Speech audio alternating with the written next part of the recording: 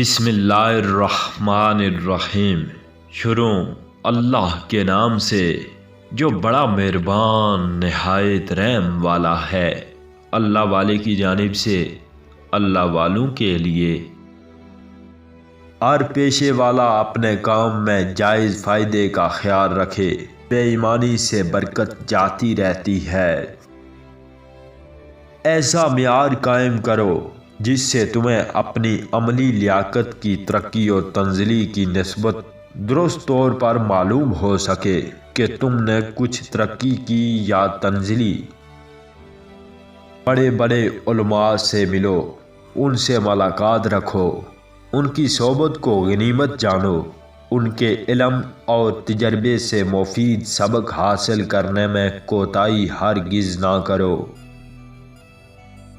اگر واقعی تم میں کوئی خوبی ہے تو شیخی نہ مارو، اپنے فعل کو قول کے مطابق رکھو، ورنہ برے القاب سے پکارے جانے کے مستوجب ہوں گے۔ صرف علم یا تجربے سے کام نہیں چلتا، اس کے ساتھ ساتھ سلیقہ، سنجیدگی اور متانت کی بڑی ضرورت ہوتی ہے۔ بیکار کبھی نہ بیٹھو، اس لیے کہ برے خیالات ہمیشہ بیکاری میں ہی آیا کرتے ہیں۔ تم خود نیکی کرو مگر دشمن سے نیکی کی امید نہ رکھو۔ وقت کا ایک لمحہ بھی بیکار نہ جانے دو، سب سے بڑی فضول خرچی یہی ہے۔ بزرگی اور بڑائی کچھ عمر پر ہی نہیں، جس کا علم بڑا ہے وہ بھی بڑا ہی ہے۔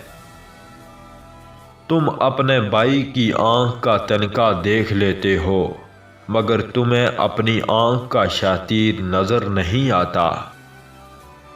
عورت کے ساتھ ایک شیطان اور حسین لڑکے کے ساتھ 18 ہوتے ہیں۔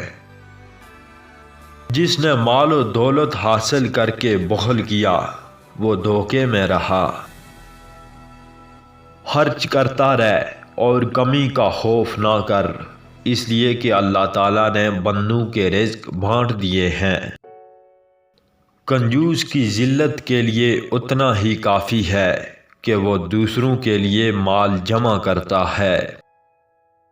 جس کام میں غدار پیدا ہونے لگیں، اس کام کے مضبوط قلعے بھی ریت کے گروندے ثابت ہوتے ہیں۔